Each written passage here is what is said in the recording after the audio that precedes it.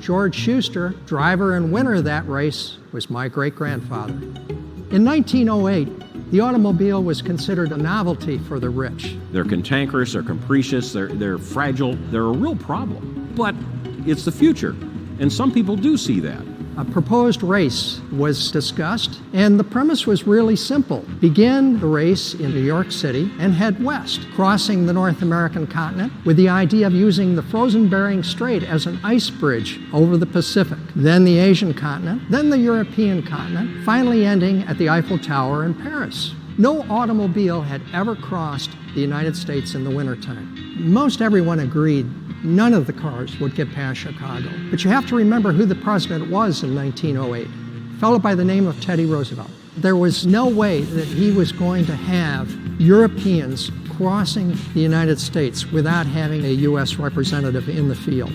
We're going to go around the world in an automobile. In Times Square, he found 250,000 people to view the start of this race. The other competitors were there. One German, 3 French, and 1 Italian team. The journey was as impossible as many had viewed. They started in a blinding snowstorm back in February, and they're ending right in the middle of summer in Europe. The conditions alone would have been more than most people can handle. George is the mechanic. He's the guy that knows more about the automobiles than anybody else. In 1908, this was like going to the moon. At one point during the race, they actually hitched teams of horses and dragged the Thomas through snowdrifts, measuring their progress in feet per hour. They finally reached San Francisco in 41 days, 8 hours, and 15 minutes.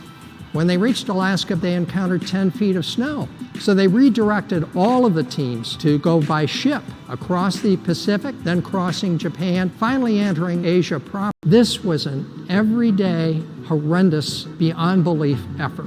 This plank originally stretched the entire length of the automobile on both sides, and they carried this in order to be able to ford streams, to get over soft ground or snow.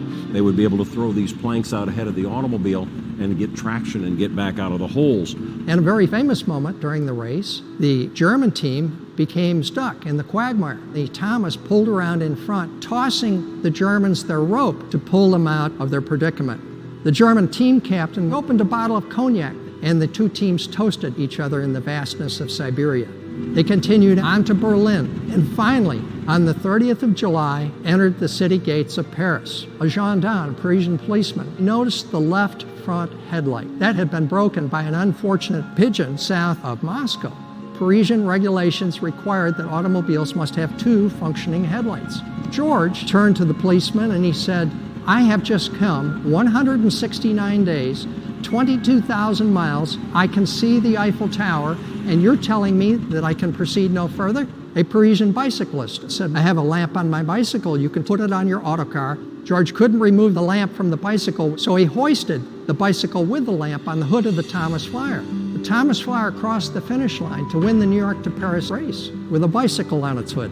The Flyer and its team were given a hero's welcome in New York. The mayor said to George, "There's someone else who would like to meet you." So they hopped in the Thomas Flyer and went to meet the president.